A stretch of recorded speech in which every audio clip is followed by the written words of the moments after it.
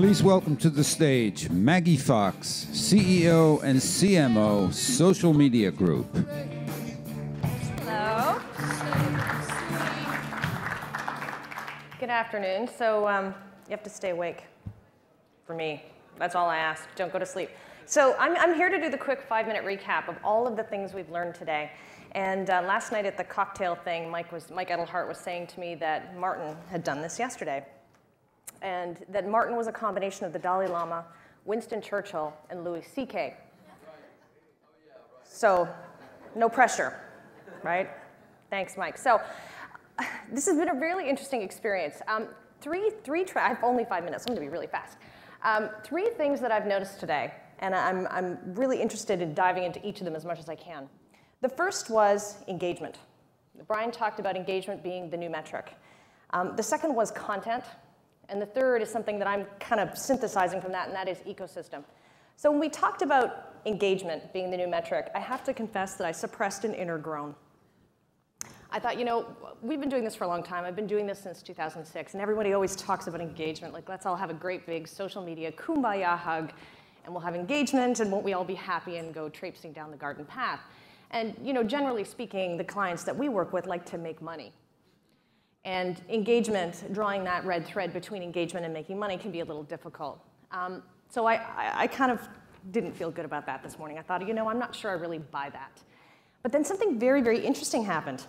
So I was listening to people talk and listening to the conversations around what was working and what was not, and a lot of what folks were doing, and began to realize that actually, you know what, engagement is a very important metric. It's not an ROI type metric. It's not a metric that's going to get you to ROI. If anything, the thought that occurred to me today is that it's actually like a health metric.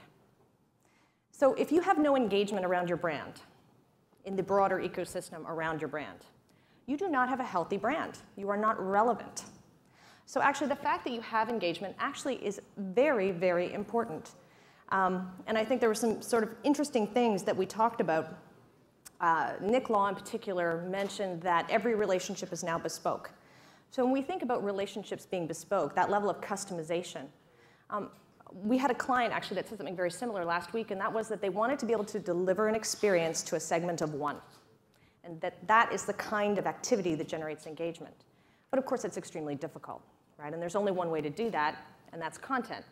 So okay, the next point is, guess what, everybody? Content is king. Again, inner groan. You know, I know that. We've been saying that for a long time. Content is king. I feel like saying, you know, it's a little later in the afternoon. No shit, Sherlock. So content is king. So all you need to do is make really great content and everything will be fine. Because, of course, that's incredibly easy, right, for us all to go out and make great content.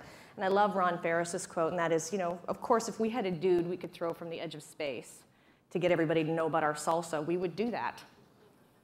And of course, that is the problem, that content is really, really difficult to generate. You know, Dollar Shave rather being a great example of content, the commitment to fantastic content being woven into everything they do.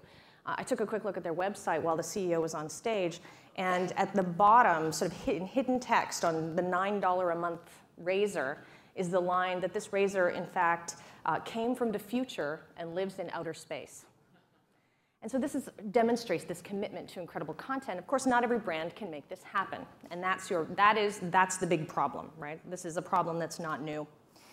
The other part of the problem as it relates to content is scale and attention. So not only do brands somehow have to become publishers and make this amazing content, they also have to figure out how to get the content in front of people who are really no longer spending time where they used to spend time. And I thought it was really interesting that Simon Bond talked about the fact that people are watching TV longer than they used to. But actually on the networks, the number is a little misleading because on the network side, network television has actually seen a quarter-over-quarter decline for the last 14 quarters. So not only is it making the great stuff, it's getting it in front of people. And this is where the ecosystem thing came into play for me. This becomes the how.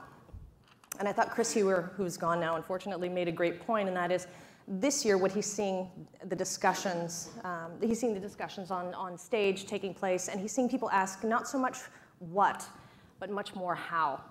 And so let's get to the how. We'll talk about the how, and that's kind of where the ecosystem thing falls into play for me. And I don't care if I have only 22 seconds left. I'm going to finish this thought. So your ecosystem, right? This is your customers, your clients, your prospects, your partners, everybody that has everything to do with you, with your company, with your brand. And the opportunity is for organizations to think facilitation rather than ownership. So this goes back to engagement. How do you facilitate engagement within your ecosystem around content that is relevant to your brand? And only by doing that, only by being relevant, will you have engagement and will you be findable. Without engagement around your content and around your brand, you don't exist. You don't exist in the search record. You don't exist in networks that bubble content up. So finding ways to be relevant within that ecosystem is absolutely critical. And part of the reason why Scott Galloway, I thought, illustrated it very well, which is where he talked about auto dealerships becoming warehouses. They're pickups. It's like takeout food. You know, you do all of your shopping online elsewhere, and the opportunity is for you to be relevant, provide content within those ecosystems, and fill those experience gaps, because you can't control the end-to-end experience anymore. It doesn't exist.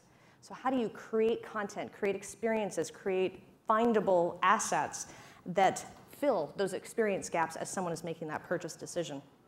And I think Coke has done an amazing example of that. What they did, I would argue, is mapping their engagement graph.